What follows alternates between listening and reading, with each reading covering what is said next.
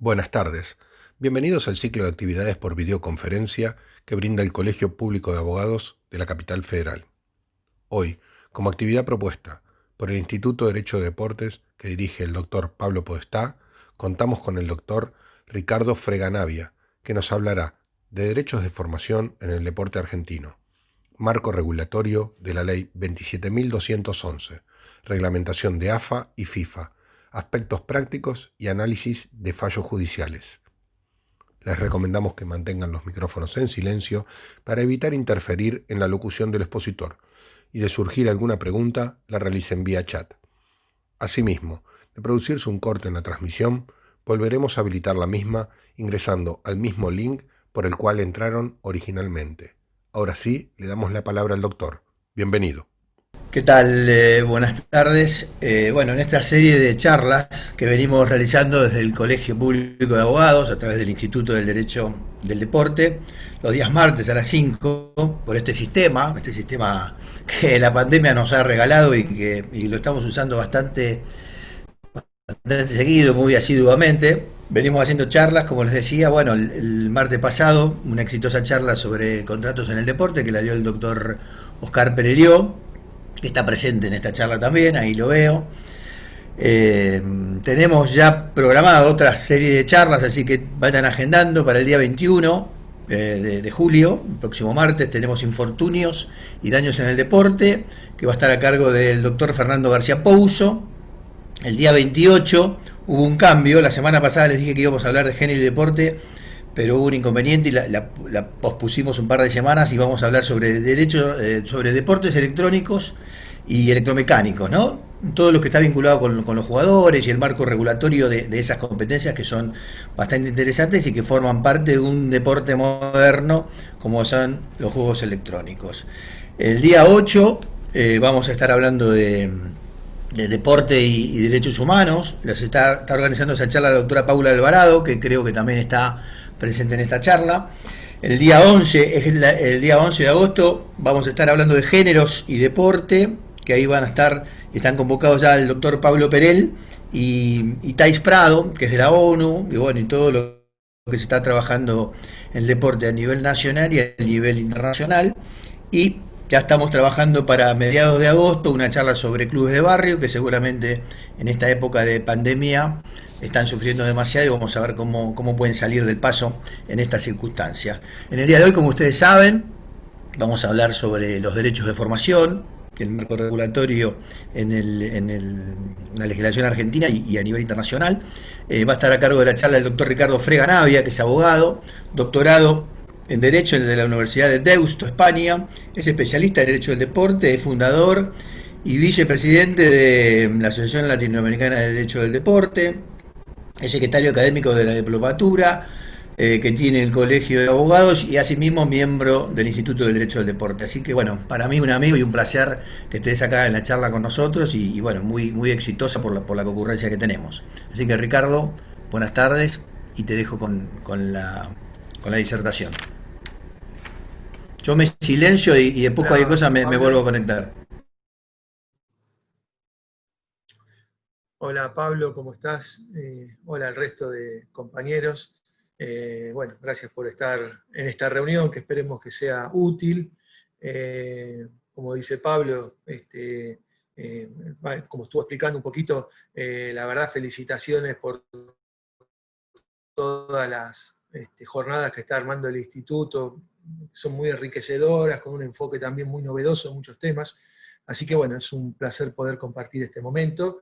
Y bueno, aprovecho antes de arrancar, a los que le interesa el derecho al deporte, que veo que supongo que a la mayoría le puede interesar, si no le llegó todavía, la LADE vamos a hacer una jornada el jueves y viernes de 14 a 18:30 con 17 expositores, jueves y viernes, 14 a 18:30 en el canal de YouTube de ALADE. Bueno,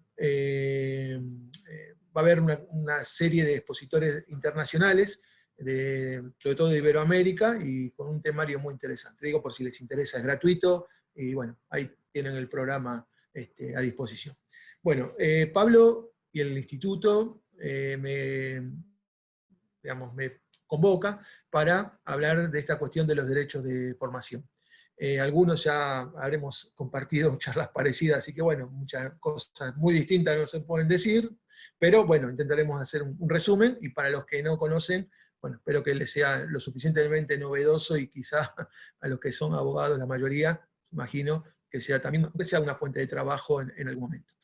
Bueno, los derechos de formación, digamos, tiene un primer hito a nivel internacional en la reglamentación de FIFA. Esto arranca con una reglamentación de FIFA que en realidad desencadena de los contenidos de una sentencia del Tribunal de Justicia de la Comunidad Europea, de un futbolista Bosman, bueno, respecto de una contratación de ese futbolista. Uno de los temas que se trató es si era legítimo o no, una vez que vencía el contrato de trabajo, exigir una indemnización al club anterior. Fíjense que es cuando termina el contrato, no en medio como cualquier transferencia. Bueno, el tribunal dijo evidentemente que eso era ilícito, y a partir de ahí disparó a que la UEFA y la FIFA se junten y establezcan un sistema de indemnización para los clubes formadores. De ahí sale este primer documento de la FIFA, que es del año 2001, que específicamente los temas de derechos de formación los regula a través de dos institutos: la indemnización por formación y el mecanismo de solidaridad. Estos son temas que son laberínticos, o sea, uno se mete en un camino y dice, hay una salida, de esa salida salen dos salidas, es infinita la cantidad de subtemas que tiene, pero no es el motivo de la charla. El motivo de la charla es la ley nacional, pero sí por lo menos darle un marco a por qué llegamos a esto. Por eso vamos a dar nada más que el concepto básico y elemental de qué son estos dos institutos para la FIFA.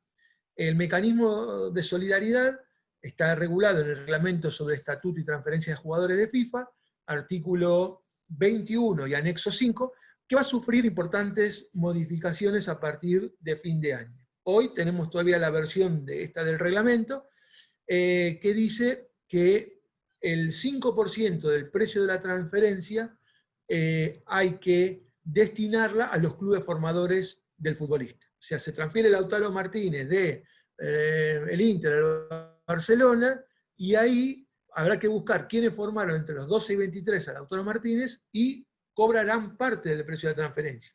En este caso, claramente es un club de Bahía Blanca, Liniers y Racing Club, ¿cierto? Pero así como cada transferencia internacional. A partir de hace una semana, 10 días, el 1 de julio, hubo una modificación en la reglamentación de FIFA, lo hablamos antes con Pablo, que incorpora algo que ya se venía pidiendo hace 15 años, y la FIFA recién ahora reacciona, que es en las transferencias internas le corresponde percibir este mecanismo de solidaridad a los clubes formadores. FIFA desde el año 2001 que sacó este reglamento, hasta el 2004, sus primeras decisiones decían que correspondía. Un caso concreto, volviendo con Racing, cuando Milito se transfiere, creo que del Génova al Inter, ahí Racing no pudo cobrar, porque para la FIFA las transferencias internas estaban fuera de su reglamentación. El tema es que el club formador era de otra federación, en este caso, por ejemplo, Racing. Entonces ahí estaba la nota de internacionalidad que generaba el derecho de Racing. Pero la FIFA y el TAS, en apelación, en sus decisiones dijeron que había que interpretar que solo eran las transferencias internacionales. Bueno, desde el 1 de julio esto cambió. A partir de ahora, si mañana a Lautaro Martínez lo transfieren del Inter a Juventus, una transferencia interna, van a cobrar los clubes formadores, cosa que hasta hace un mes no podía hacer. Formadores que son de otra federación, ¿no? En este caso Argentina. Bien, eso es el mecanismo de solidaridad. ¿Cómo se distribuye ese 5%? Básicamente, entre 12 a 15 años, por cada año es el 0,25 por cada año de formación. De 16 a 23, el 0,50 por cada año. Así que sumás todo y da ese 5%. ¿No es cierto? Bueno, ahí hay un montón, ya le vuelvo a decir, de temas, de conflictos, pero esta es la idea. Segunda idea, o primera, da lo mismo porque reglamentariamente está en el artículo anterior, la indemnización por formación. Esto es un beneficio, un derecho que tienen los clubes, que formadores, acá es entre los 12 y 21 años, para cuando el futbolista firma su primer contrato profesional. Su primer contrato profesional permite que los clubes formadores cobren unas cantidades que están tabuladas en unos cuadros de FIFA que dicen cuánto le corresponde cobrar, porque el mecanismo de solidaridad es más fácil. Precio de transferencia, se deduce el 5% y se distribuye con esos porcentajes que dijimos. La indemnización por formación, hay que ir a esas tablas y ver cómo la FIFA categorizó al club de destino. Una cosa es que el mismo futbolista haga su primer contrato profesional en el Benfica de Portugal, que si lo hace en Peñarol. No porque sea mejor ni otro, ni peor cada uno de los clubes, sino porque para la FIFA cada año de formación tiene distinto valor económico. Así que vamos a tener que estar a lo que diga esas tablas. Bien, primer contrato, y también entran los sucesivos contratos que firma hasta los 23 años. Acá también hay un montón de subtemas para debatir, pero bueno, no es, vuelvo a decir, el motivo de esta reunión. Nos llevamos, me parece, la idea básica. Después cualquier cosa, si hay un turno de preguntas, si hay algo puntual, lo vamos charlando. Bien, ¿qué hace la FIFA? Dice, bueno, mirá, este es un sistema que yo establezco a nivel internacional, pero yo no puedo regular lo que hay que hacer dentro de cada asociación. Yo puedo regular las actividades internacionales, no le puedo decir a la Federación Francesa, hace tal cosa. Entonces, ¿qué hizo la FIFA? No le puede decir, el mecanismo de solidaridad tiene que ser así. ¿La FIFA qué hizo? Les dio, en el año 2005, en una de sus reformas, les dio tiempo hasta el 30 de junio del 2007, fíjense, pasaron 13 años, les dio una exigencia a las federaciones nacionales, que cada una regule estos derechos de formación como a ella le parezca. No dice repitan lo mismo que hago yo a nivel internacional, pero sí fijen un sistema compensador a los clubes formadores. Bueno, la AFA, en el caso de Argentina, lo hizo en un boletín, en el número 3886, del año 2006.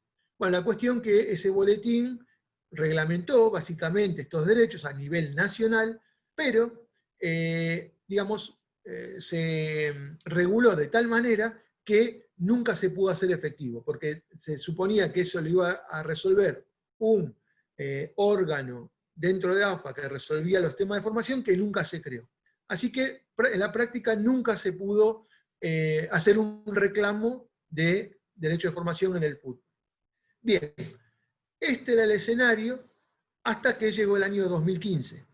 2015, noviembre, ley 27.211, que es básicamente de lo que vamos a hablar. Lo que estuvimos haciendo es ver cómo llegamos a esta ley, ¿no es cierto? ¿Por qué? ¿Cuál es el sentido?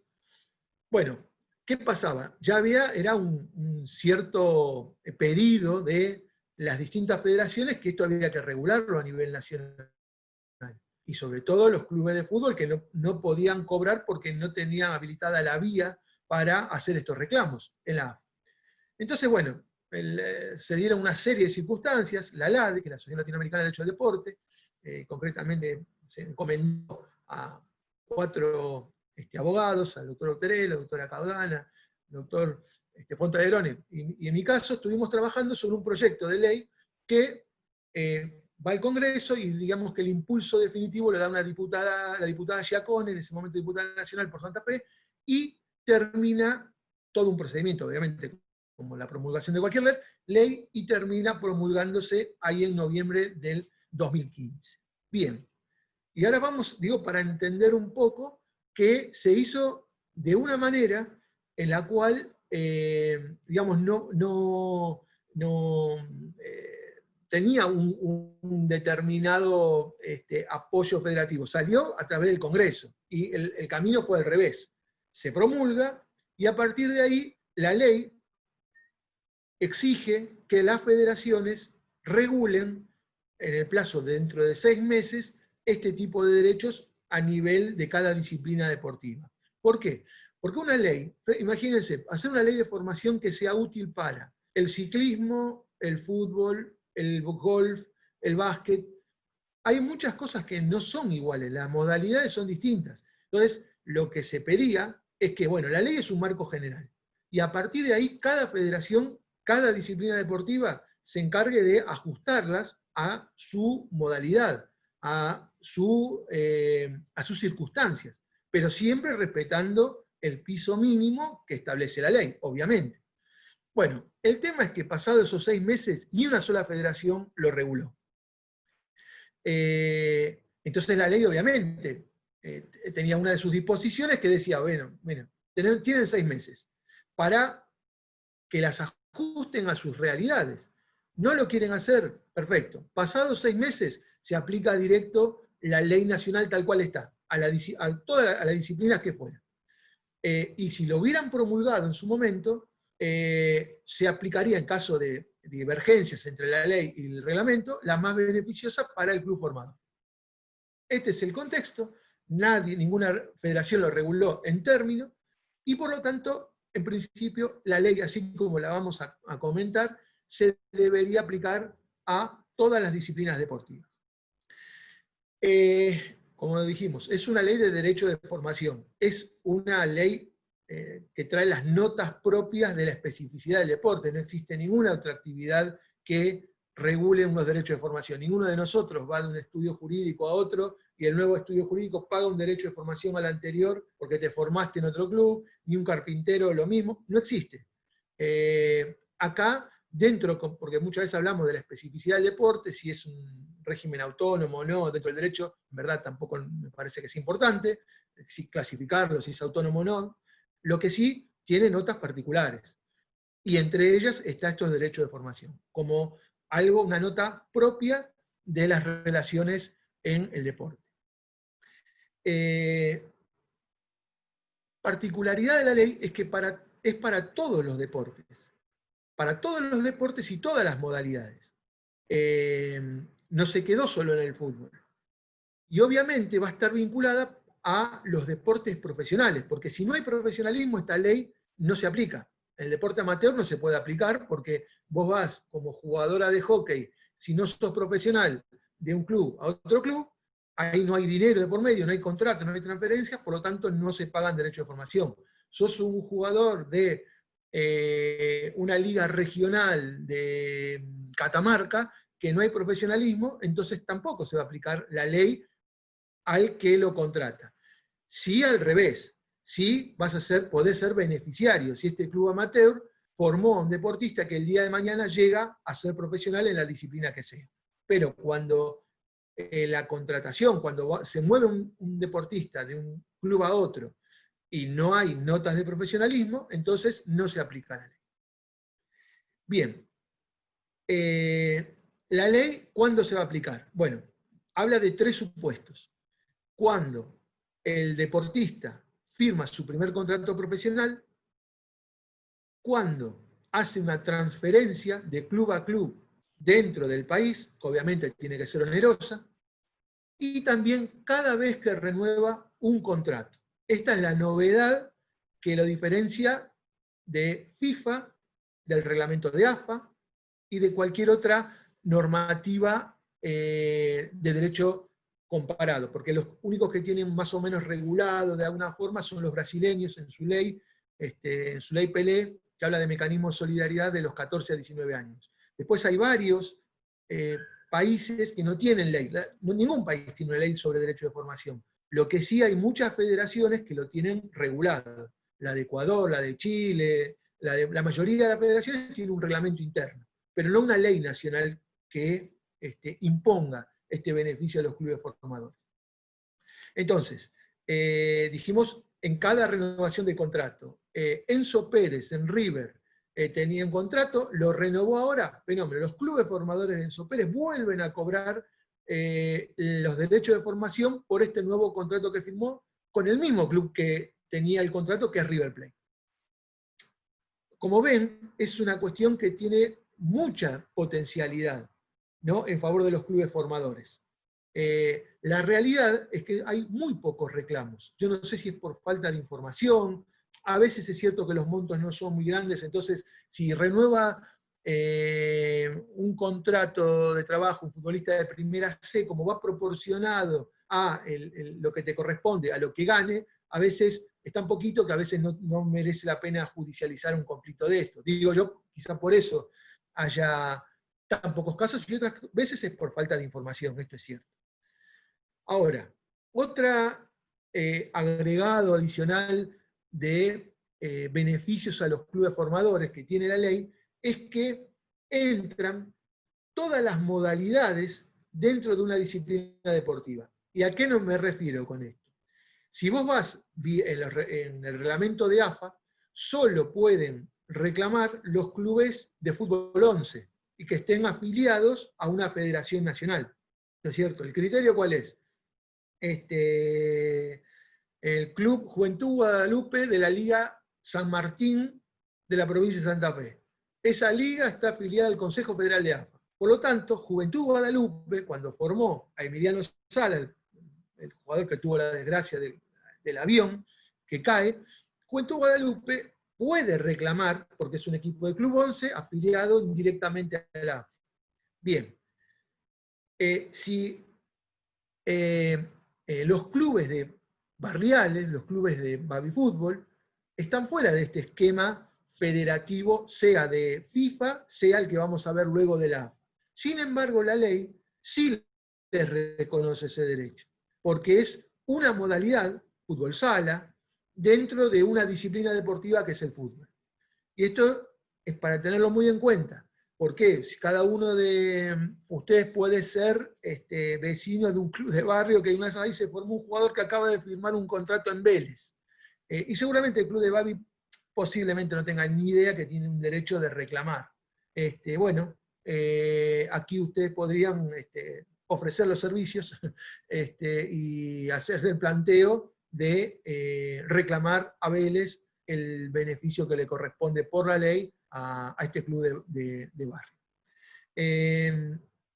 Otro elemento distintivo es la irrenunciabilidad de este derecho. En FIFA estos derechos pueden ser renunciados y en el reglamento de AFA también. La ley, ¿por qué habla de esta irrenunciabilidad? Porque muchas veces los clubes, estos pequeños formadores, son presionados por el propio futbolista, por el representante, por el club de destino, diciéndole no, que si no, no se hace el contrato, si no, no se hace la transferencia. Entonces los presionan. Y a veces tengan en cuenta que son poblaciones muy pequeñas y el futbolista es, digamos, la expresión máxima de esa pequeña población.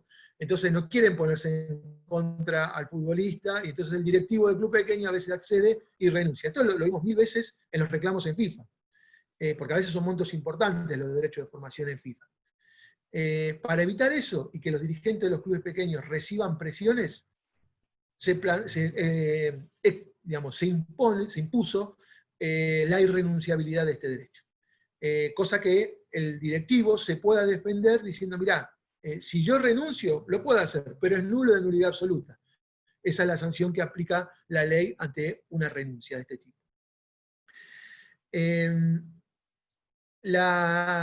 Como dijimos, corresponde este derecho en el primer contrato profesional. Hay deportes que es muy sencillo ver cuándo firma el primer contrato profesional, sobre todo en el fútbol. En el fútbol hay un muy buen registro de los contratos. Si estás en una determinada categoría, tenés que firmar sí o sí un contrato profesional.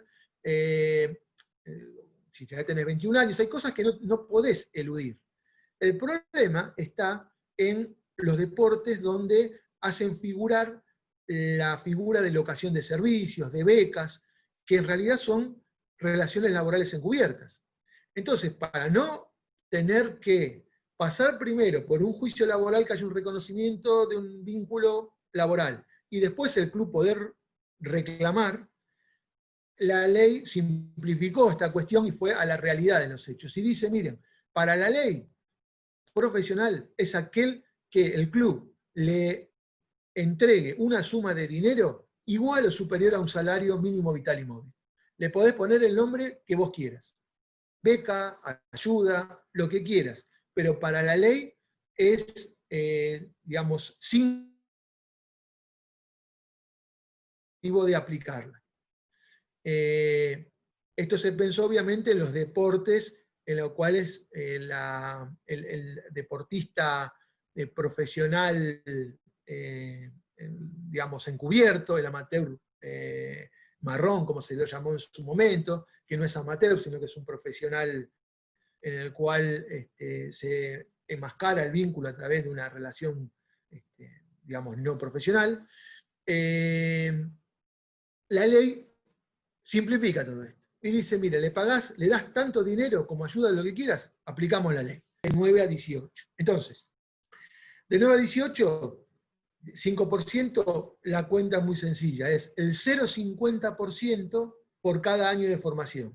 Entonces, si el chico estuvo, o la chica, si firma un contrato donde fuera, porque también obviamente entra el fútbol femenino, obvio decir esto, dijimos deporte profesional, ¿no? Estuvo de los 9 a los 11 años en un club de barrio. Tiene el 1,50, ¿no? 9, 10, 11. Son 3 años, a 0,50 por cada año, el 1,50 del salario íntegro de todo el contrato del deportista. El club beneficiario, esto también es importante, no es solamente que tenga que ser un club de barrio, sino que es cualquier entidad deportiva, pero que esté afiliado a una liga. O sea, si mañana tenemos una escuelita de fútbol, pasó uno por ahí, tiró 3 centros y le hicimos una fichita, no alcanza. Esa escuela tuvo que haber estado registrada en una liga, la liga que sea, liga de baby fútbol de Mercedes, no importa, es una liga y es suficiente según los términos de la ley. Pero no son clubes o amigos que se juntan y juegan, no. Tiene que haber un mínimo de formalidad. Y es la que te genera esa legitimación para reclamar. Entonces, dijimos, el 1,50 en ese caso de lo que perciba el futbolista por todo concepto. El futbolista gana mucho dinero. La verdad que vuelvo a repetir, un buen ingreso para los clubes formadores. La ley, además de estos principios, intentó blindar el derecho de los clubes formadores con una serie de instrumentos útiles para que no desbaraten su derecho. Concretamente, ¿a qué me refiero? Por ejemplo, el pago de una cláusula de rescisión. El pago de una cláusula de rescisión no es una transferencia. Fíjense que ahí entraría la duda. ¿Corresponde o no corresponde pagar el mecanismo? Porque no es una transferencia. Técnicamente la cláusula de rescisión es que un deportista paga la cláusula para rescindir ese contrato. Entonces, para evitar cualquier duda, la ley dice que pago de cláusula de rescisión hay que pagar igual los derechos de formación.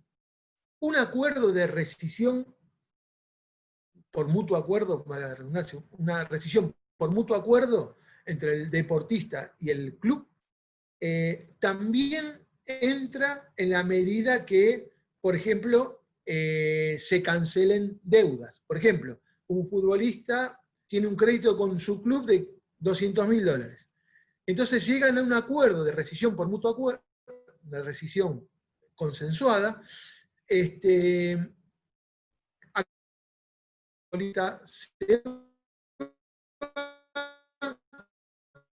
pero le tiene que condonar esa deuda al club, esos $200.000. O sea, no hay precio de transferencia. Y la ley igualmente dice que ahí corresponde, porque en realidad hay un dinero en juego, porque en vez que un nuevo club pague esos $200.000, lo que están haciendo, están compensando deudas, que en el fondo hay un beneficio para el club. Entonces, también en esos casos correspondería el mecanismo de solidaridad. El derecho de formación por la ley nacional.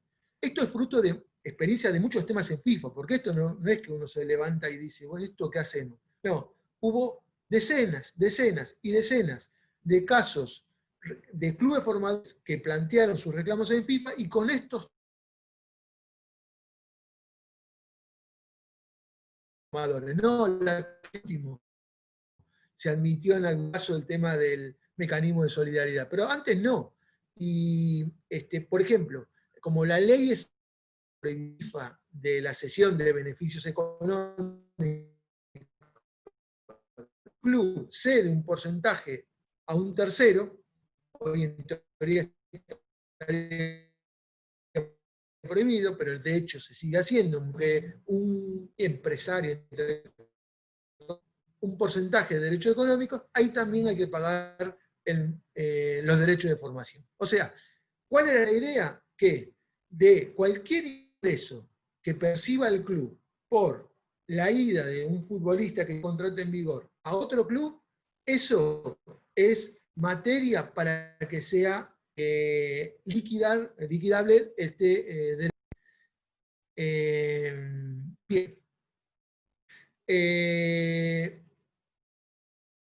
La ley no se queda solo en colectivos. Hasta acá sería un poco el tema de los deportes colectivos. También habla de los deportes individuales. Hemos tenido reuniones con la doctora Castiñera de Dios, que era la responsable de legales de la Asociación Argentina de Tenis, y otros deportes, abogados vinculados al golf, que decían, bueno, pero los derechos de formación en los deportes individuales no existen. Bueno, entonces intentamos en algún punto buscar alguna solución a esa inquietud. Entonces la ley tiene un capítulo para los deportes individuales y dice, es un evento deportivo dentro del país y los premios que otorgue ese evento, el equivalente a 35 Vital y Móvil, tiene que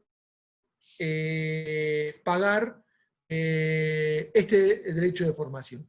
Ejemplo, vamos a poner el caso del abierto, que fue hace unos meses, el de Córdoba, y a las pocas semanas el abierto pública aquí, el nombre no recuerdo, los dos torneos de tenis. Bueno, los dos dieron de premios equivalente a unos $500.000. El de Córdoba un poquito menos, pero alrededor de $500.000. Entonces, ¿qué dice la ley? Bueno, obviamente tenemos que aplicar esta ley, porque el organizador da de premios mucho más dinero que 36 salarios mínimos vital y móvil. Argentina Open, hay aquí un colega que tiene la amabilidad de aclarar, Argentina Open. Bien. Entonces, ¿cómo distribuimos los derechos de formación en esos casos, para los deportes individuales? Bueno, el organizador tiene que añadir a los premios un 5% que se va a distribuir entre los clubes formadores, obviamente, de 9 a 18 años, de los 4 finalistas. O sea, los 4 finalistas del abierto de la Argentina Open, los clubes que los formaron, tienen derecho a cobrar la cuota aparte del derecho de formación. 4 finalistas, vamos a hacer la cuenta rápido, supongamos que el 5%, si hubieran sido 500.000, son $25.000 a repartir, son, si no hago mala cuenta, 6.250 por cada jugador. Y a su vez hay que distribuirlo entre los clubes con el 0,50 por año, entre los clubes que lo formaron de 9 a 18 años. El club, creo que es Braica, si no recuerdo mal, o Náutico Acoag, perdón, Náutico Acoag, tiene derecho para cobrar la formación, porque llegó en los 2 torneos, Schwarman llegó al semifinalista creo que en los 2 torneos. Así que fíjense cómo podrían cobrar. Si los semifinalistas del evento que sea, una vuelta de ciclismo, un torneo de golf, esto obviamente el torneo que fuera, el evento que fuera, en un deporte individual estamos hablando. ¿Cómo se liquida? Bueno, el organizador del evento debe pagar esas cantidades a la Federación Nacional. Acá cambia el sistema de liquidación. Y la Federación Nacional tiene que distribuirla entre los clubes formadores de estos deportistas. Si son extranjeros o se formaron en el extranjero, la cuota parte que le correspondería por ese semifinalista se lo queda la Federación Nacional, con un objetivo: para seguir, ese dinero lo tiene que destinar a la formación de nuevos deportistas de esa disciplina. Bien, algunos aspectos finales de la ley. trata de incentivar a los clubes que tienen que pagar a que declaren la verdad. A mí se me borró.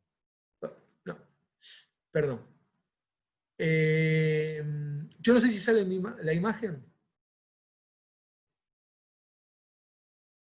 No, porque me aparece, discúlpeme, estoy hablando. Imagen para que se pueda escuchar, porque se trababa bastante el audio.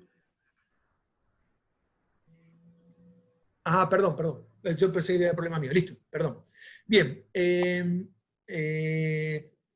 Como les decía, para que incentivar, entre comillas, presionar más realistamente a los clubes para que denuncien los verdaderos montos que le pagan a los deportistas cuando firman un nuevo contrato, se establecen sanciones. Si iniciado el procedimiento, por la razón que fuera, por ejemplo,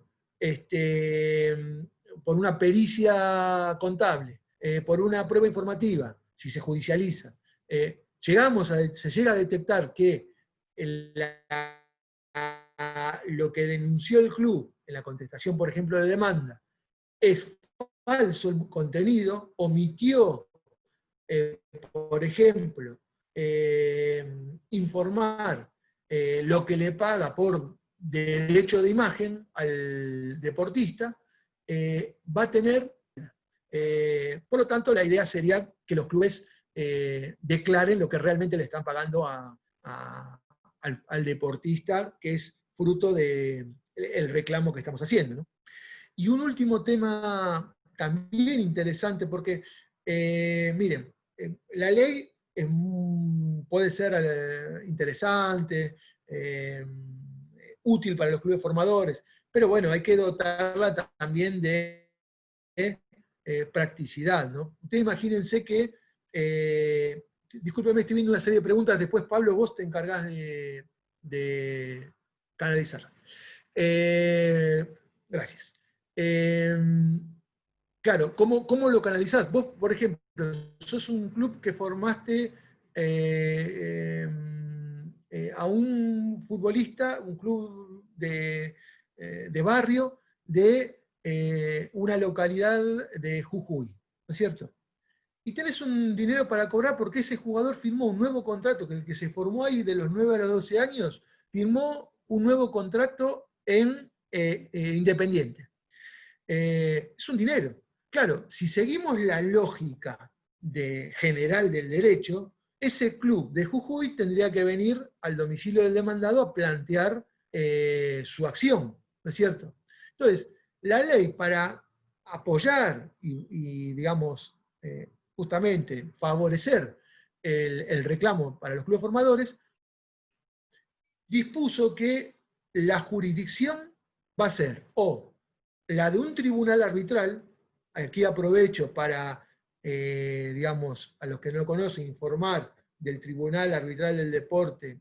Está, digamos, desde la LADE, acá hay algunos árbitros de este tribunal, que es un excelente lugar donde poder dirimirlo, a un tribunal arbitral que sea especializado en la materia e independiente. Independiente quiere decir por fuera de una federación, porque ahí ya pueden empezar la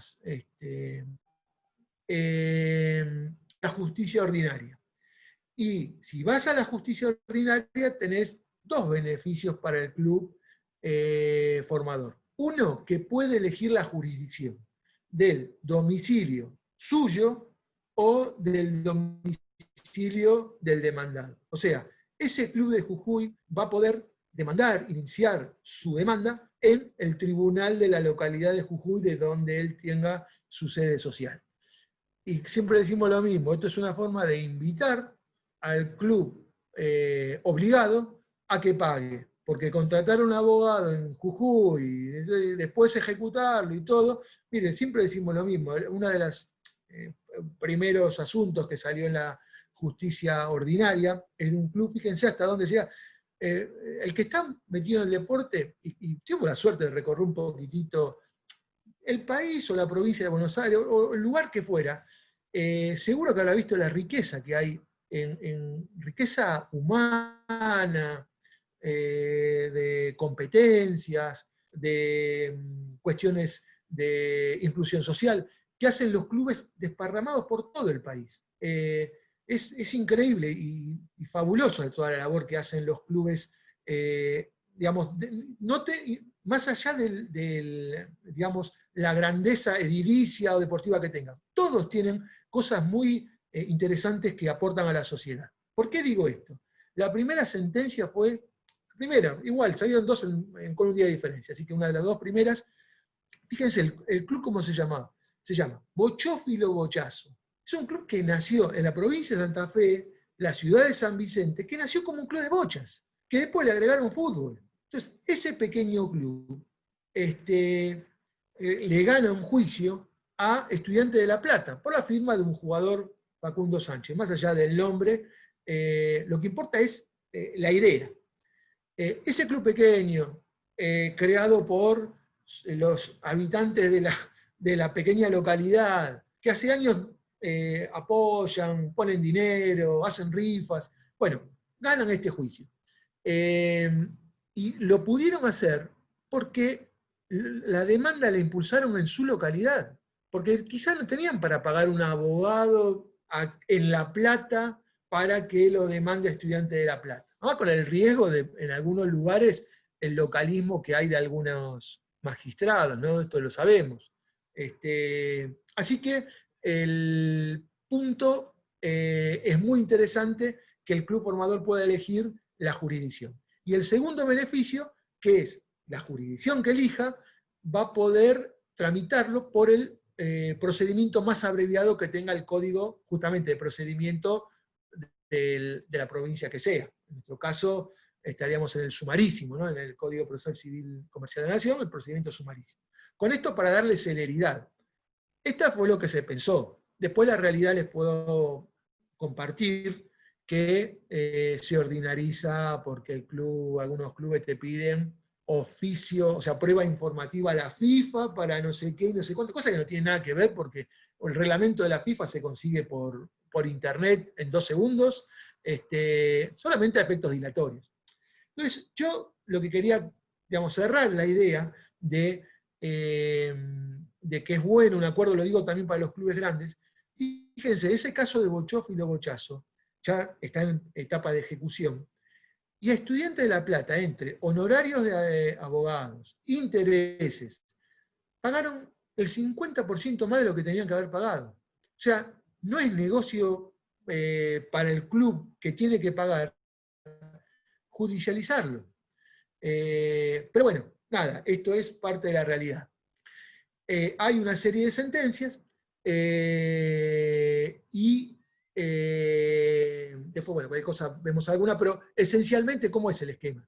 El club formador demanda y en general el club accionado, por un lado, interpone la excepción de incompetencia porque dice que esto es un tema deportivo y que esto lo puede dirimir solo la federación en cuestión. En este caso sería la AFA en el fútbol o el básquet si correspondiera. O sea, casi todas las demandas judicializadas son de fútbol, por no decir todas.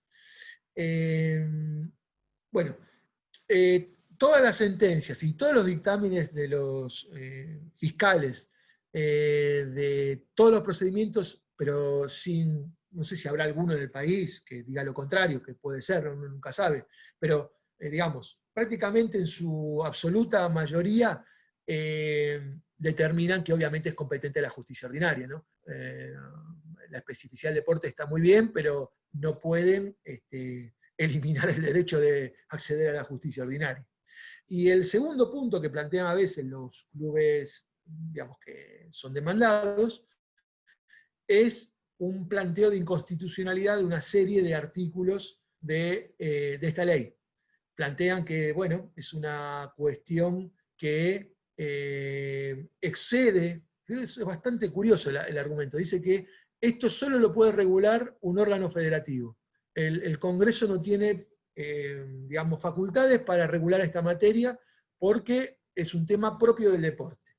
En algún otro reclamo, otro planteo de inconstitucionalidad dice que lesiona el derecho a la propiedad de los clubes, porque con el 5% les dificulta contratar nuevos jugadores.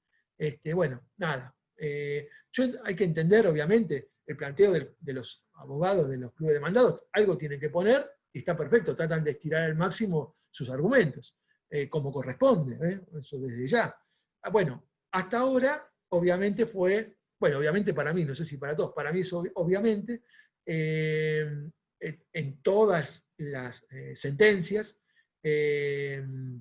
rechazaron estos planteos de inconstitucionalidad. Hoy hay un tema que está en la Corte Suprema, que es el otro tema, ¿se acuerdan que le dije que eran fueron las dos primeras sentencias que hubo? Bueno, la otra fue la del club Totoras, de la localidad ahí, Totoras de Santa Fe, de la provincia de Santa Fe, contra River Plate, por la formación del deportista Domingos. Bueno, sentencia de cámara firme, y River apela a la Corte Suprema, y bueno, está dando vueltas ahí este expediente. Entendemos que no habría razones para dar la vuelta, pero bueno, vieron, nunca se sabe en estas cosas. Habrá que esperar. Bueno, bien, esto es un planteo así rápido, o creo yo rápido, de la ley y sus alcances. Ahora vamos a una segunda etapa, vamos a hacerlo, no sé ni qué hora es, ¿Vamos bien, Pablo, con el tiempo? ¿10? No te escucho, Pablo. Tiene ¿Sí? que habilitar el audio, el micrófono, El doctor. micrófono. Pablo. ¿Sigo? Sí, Ricardo, no hay problema, porque no teníamos corte a 40, seguimos. Listo. Yo salvo que del colegio nos bajen, seguimos Ah, un rato más, no hay problema. listo, fenómeno, gracias. Bueno, entonces vamos a ver esto cómo, digamos, repercutió en los distintos deportes, ¿no es cierto? Porque hasta acá dijimos todo lo que, o tratamos de analizar lo que la ley, digamos, exige o desarrolla, pero ahora vamos a ver cómo esto se trasvasó a las distintas federaciones.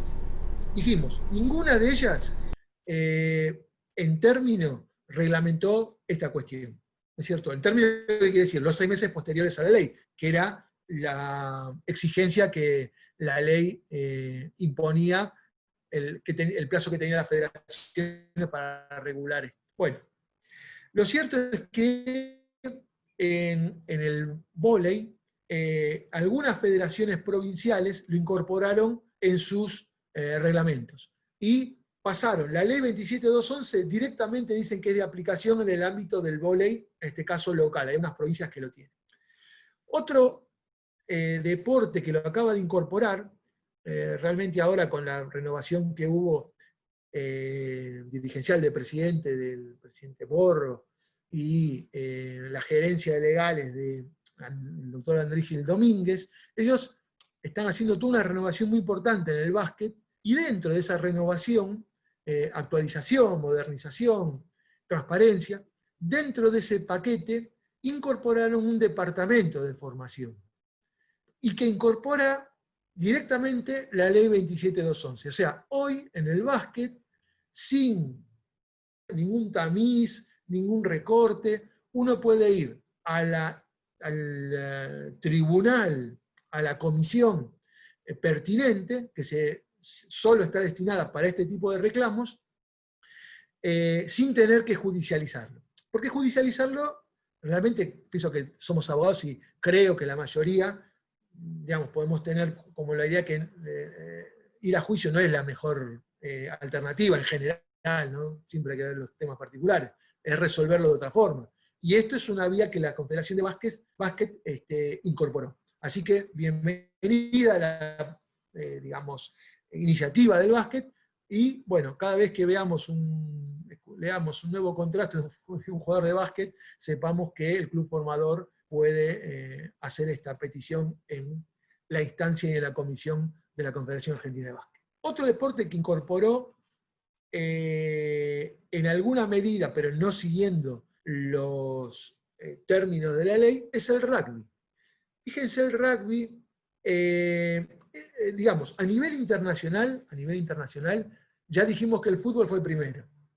Y los otros dos deportes a nivel internacional que tienen derecho de formación, no los tienen como los tiene fijado el fútbol, es muy distinto, pero también lo tiene a nivel internacional la World Rugby, que es obviamente la Federación Internacional de Rugby, ahí la etapa formativa es de 17 a 23 años, bueno, tiene su propio reglamento, y la FIBA, la Federación Internacional de Básquet, que también a nivel internacional corresponde los derechos de formación con la firma del primer contrato profesional. A nivel nacional, el rugby, dijimos que hay, a nivel internacional, es cuando en este caso un rugby argentino, que acá son en teoría todos amateur, va a Francia y firma su primer contrato profesional. Va a Australia y firma su primer contrato profesional. Ahí generaría el derecho de formación para los clubes formadores de ese rugby, según el reglamento de la Unión de Rugby Internacional, es de 17 a 23 años. Perfecto. Ahora, en el ámbito nacional, el rugby tiene una particularidad, que el empleador es la asociación nacional. No existe el vínculo profesional entre un jugador de rugby y su club. Por lo menos desde el punto de vista formal. Después, claro, le pueden dar un trabajo, le pagan de otra forma. Pero bueno, digamos que formalmente, quiero decir, un trabajo de gerente en no sé en dónde, para que ese trabajo sea mínimo y que realmente se dedique a jugar al rugby, es una forma de disfrazar una remuneración. Pero bueno, quitemos esas anomalías, la esencia y también lo verdadero es que no hay relación laboral en el rugby, ¿no? Entre club y jugador. Pero sí hay relación laboral entre el jugador de rugby y la Unión Argentina de Rugby, que tiene un plantel profesional.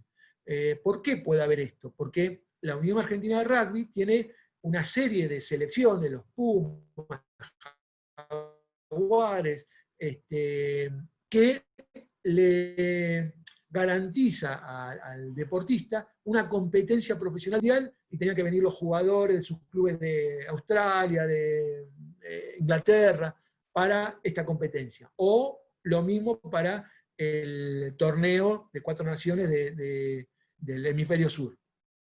Bueno, ahora la UAR cambió el criterio, dijo, no, quiero tener estos profesionales todo el tiempo, y tengo que tener contrato con ellos, por lo tanto, es el único, digamos, escenario en el cual hay relaciones laborales en el rugby. Bien, ¿hay que aplicar la ley o no? Sí, claro, hay que aplicarla.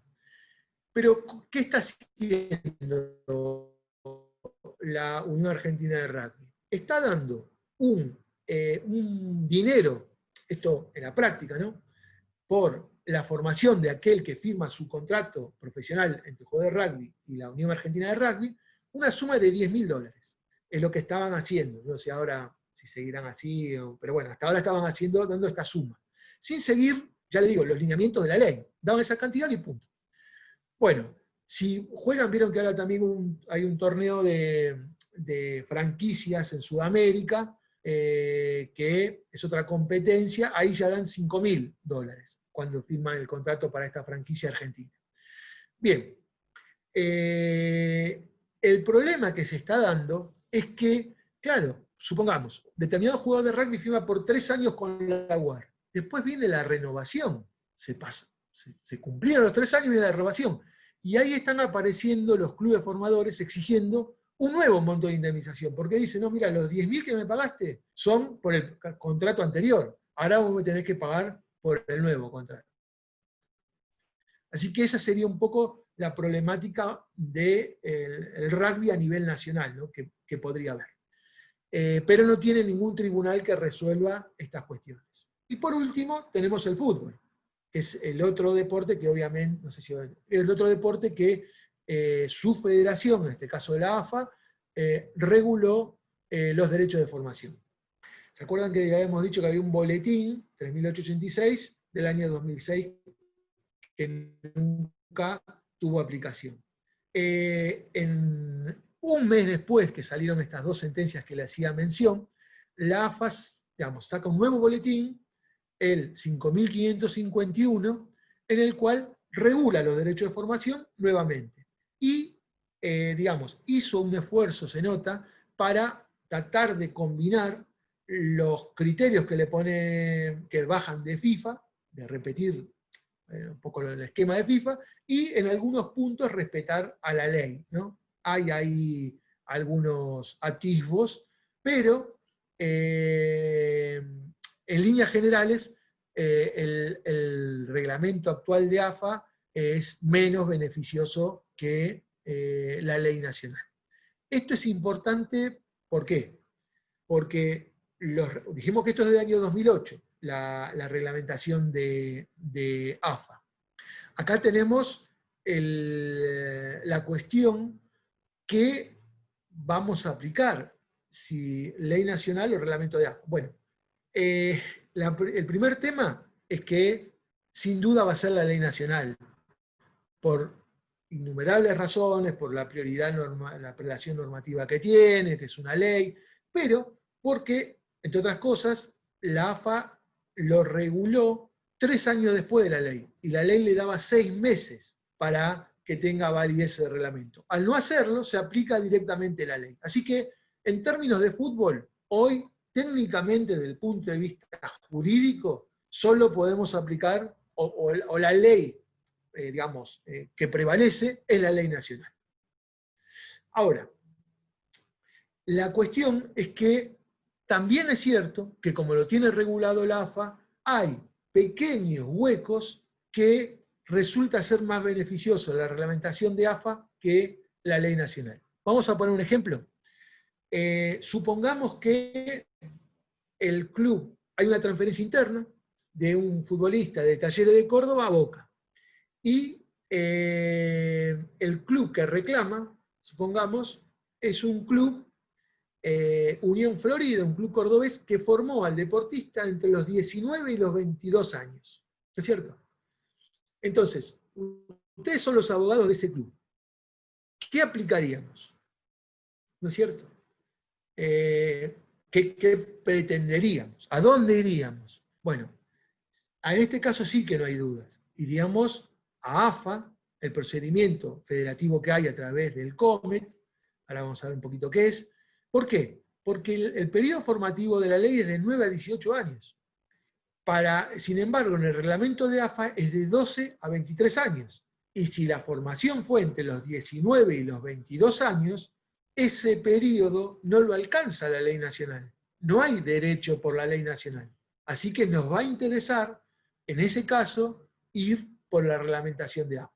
Ahora, como les decía, son mínimas las, digamos, los escenarios que son más beneficiosos, los artículos del reglamento de AFA. En general es más perjudicial. Por ejemplo, para la ley nacional, ¿qué se toma como base imponible para liquidar este beneficio? Es el contrato bruto o el precio de transferencia bruto. Sin embargo, para la AFA es el producido luego de haber pagado todos los impuestos. ¿Qué significa? Luego de haber pagado el 15% al jugador, el 2% a la AFA, el 7% del decreto 1212. O sea, en realidad, ya por ir a la AFA tenés un 25% menos de la base que se toma la liquidación. Otro tema que el cual obviamente beneficia a la ley nacional es la firma de cada contrato. Para la AFA, el reglamento es solo cuando hay una transferencia nacional o en el primer contrato profesional. Ya los sucesivos contratos, como lo dice la ley, no lo recoge. Por lo tanto, aquel ejemplo que habíamos dado, el nuevo contrato que firmó Enzo Pérez, el club formador no puede reclamar por la AFA. Necesariamente tiene que ir por la ley nacional e ir a la justicia ordinaria. Porque este es el tema. Si uno opta por la ley nacional, claramente, y una cuestión de sentido común, vamos a tener que ir por la vía de la jurisdicción ordinaria. Otro, digamos, sistema perjudicial que tiene la AFA en relación a la ley es que vieron que es muy usual que a veces los clubes, cuando dejan a ir a un club pequeño, deja ir a un futbolista, firma un acuerdo con el club a donde va, diciendo que, bueno, si este jugador firma el primer contrato, me vas a pagar tanto, y si hace una transferencia, me quedo con el 10% de una futura transferencia. Ese tipo de acuerdos. Bueno, para la ley nacional no se descuenta ese tipo de negocio que se hace, o acuerdo que hacen entre clubes, sino que la formación es aparte. Sin embargo, para la AFA, ese pago que se hace por haber firmado el primer contrato, por el convenio que firmaron entre los clubes, es un monto que hay que deducir del derecho que tienen de la formación. Otra cuestión que también, digamos, resulta más beneficiosa de la ley, es que en la ley cualquier club puede demandar a otro más allá de la categoría en la que participe. Sin embargo, en la AFA está prohibido el reclamo de los derechos de formación dentro de clubes de la misma categoría. Si está jugando, va un futbolista de Estudiantes de Río Cuarto formado en Estudiantes de Río Cuarto y firma un nuevo contrato en Nueva Chicago, o sea, los dos de la Primera Nacional, Estudiantes de Río Cuarto no puede reclamar, porque está en la misma categoría. Igual no podría, porque es un nuevo contrato. Supongamos que fuera el primer contrato que lo firma en Nueva Chicago. No podría reclamar porque es de la misma categoría. Bueno, nada, estos son básicamente los términos, hay muchos temas particulares, pero básicamente estos son los principios de la reglamentación de AFA que, volvemos, como toma el espejo de FIFA, solo corresponde en transferencias nacionales y en primer contrato profesional. El primer contrato profesional, ¿cómo se liquida el beneficio este? Bueno, es el equivalente a un salario y medio, que esté establecido por convenio colectivo, de la categoría donde firma el futbolista su primer contrato. Por ejemplo, un futbolista, obviamente, esta es otra diferencia, en la AFA solo pueden reclamar los clubes que estén federados directa o indirectamente a la AFA. Los clubes de papi fútbol, obviamente, no pueden reclamar porque aquellos que no están vinculados a la AFA, aquel que está afiliado a la liga de Peguajó, de baby fútbol, ese no puede entrar en los reclamos de AFA. Solamente pueden ir los clubes que estén afiliados directa o indirectamente a la AFA. Bien, ¿cómo era la liquidación del primer contrato? Supongamos que el futbolista fue formado de los 14 a los 18 años, 14, 15, 18, 5 años si tomamos todos incluidos. 5 años por un club de San Miguel de Tucumán. Y el futbolista va a Rosario y firma su primer contrato con Rosario Central. Bueno, correspondería 5 años de etapa formativa. Estamos hablando del primer contrato, la indemnización por formación según el reglamento de AFA.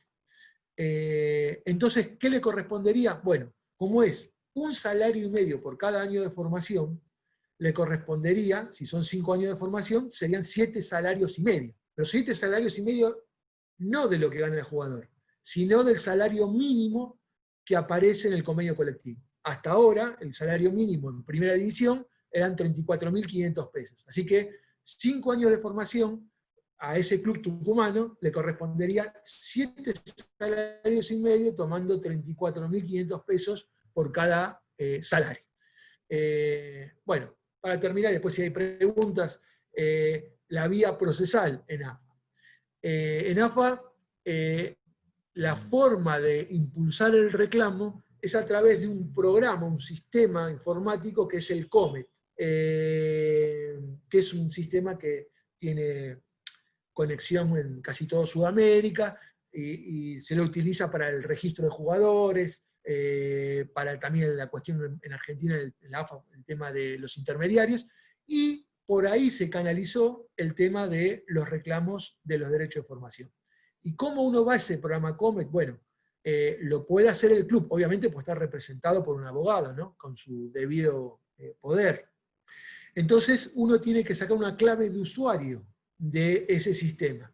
Cualquier club, por más pequeño que sea, que esté afiliado en algún punto, o sea, directa o indirectamente a la AFA, puede solicitarlo a la gerencia de COMET, que es una gerencia dentro de la AFA, solicita ahí una clave de usuario con mínimos requisitos y a partir de ahí puede subir en la plataforma la demanda. Y se va a tramitar a través de esa plataforma.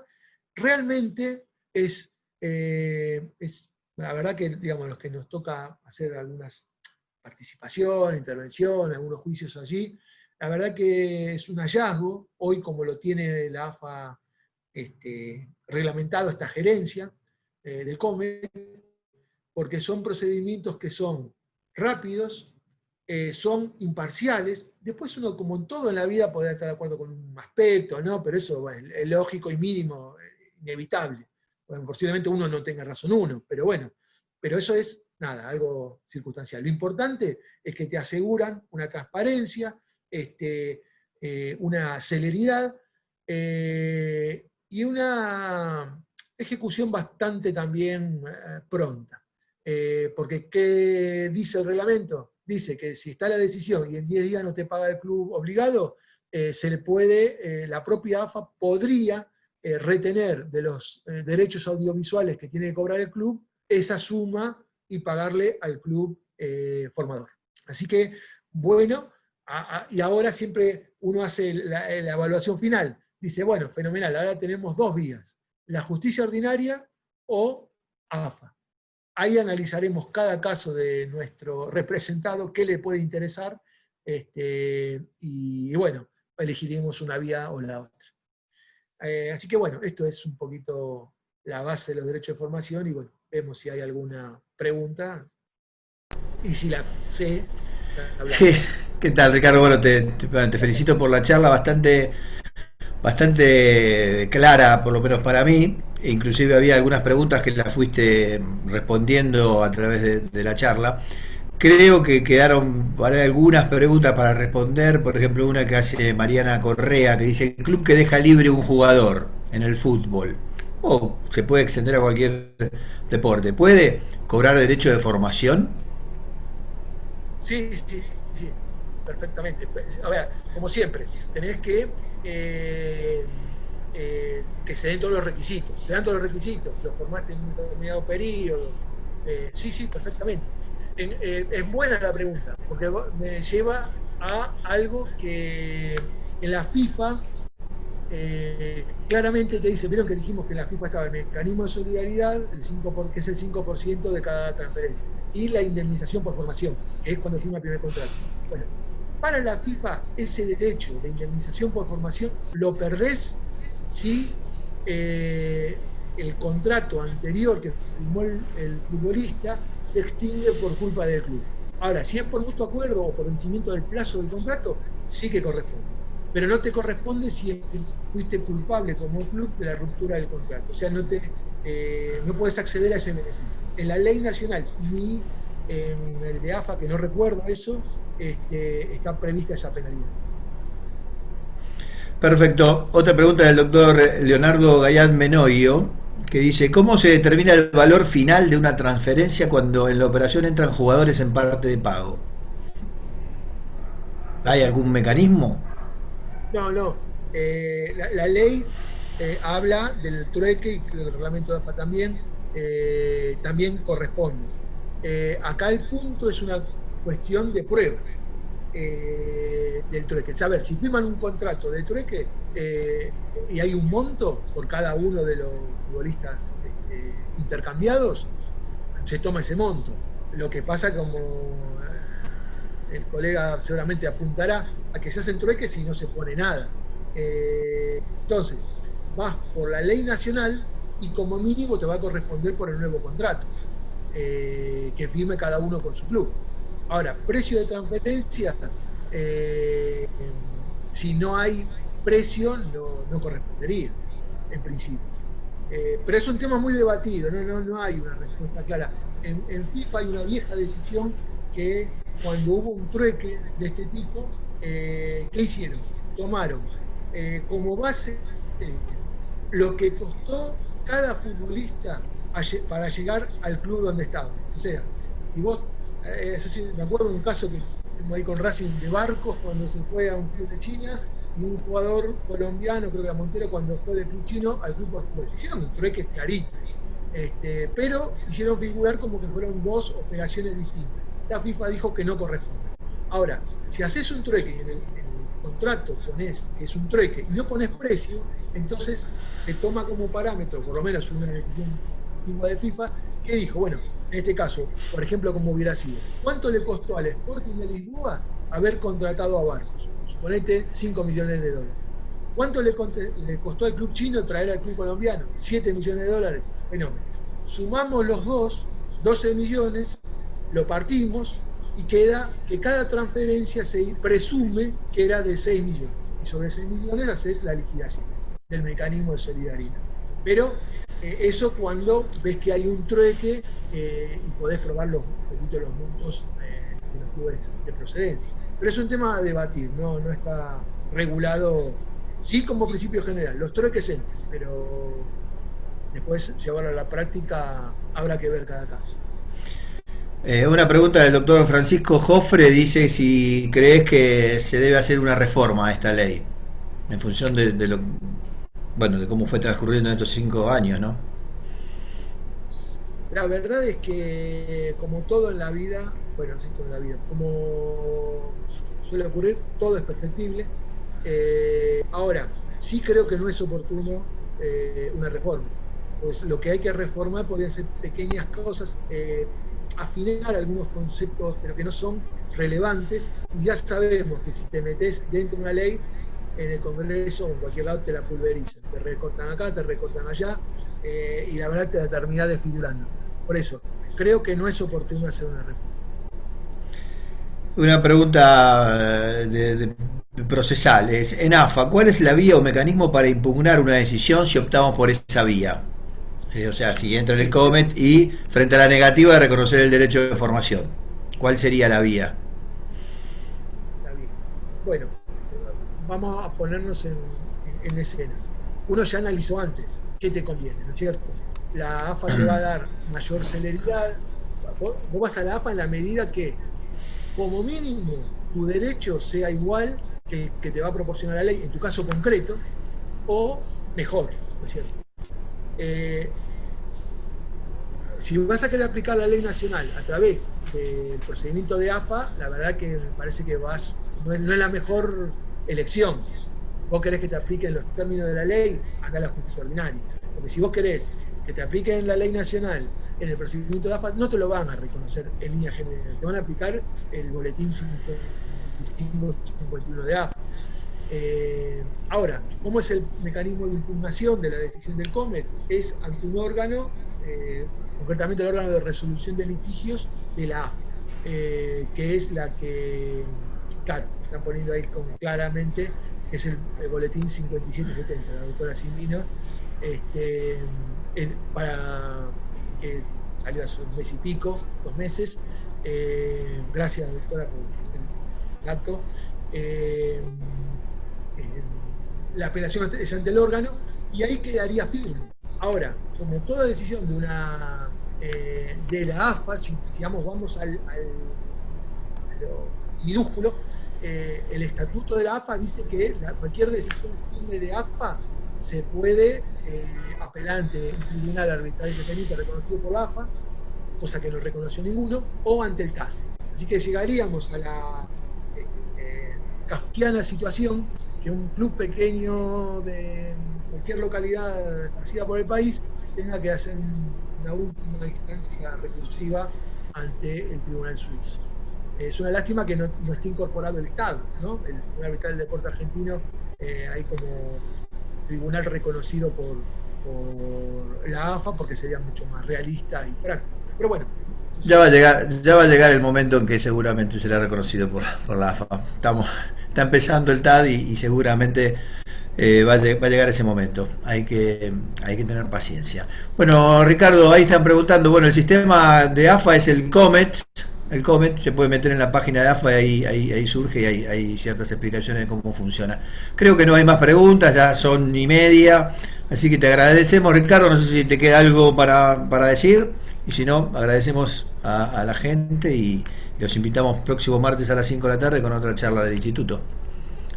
Nada, agradecer a todos por la participación, por el encuentro, y bueno, ya quedamos vinculados para el próximo encuentro del instituto, que va a ser muy interesante todo el tema de los infortunios laborales de los deportistas profesionales.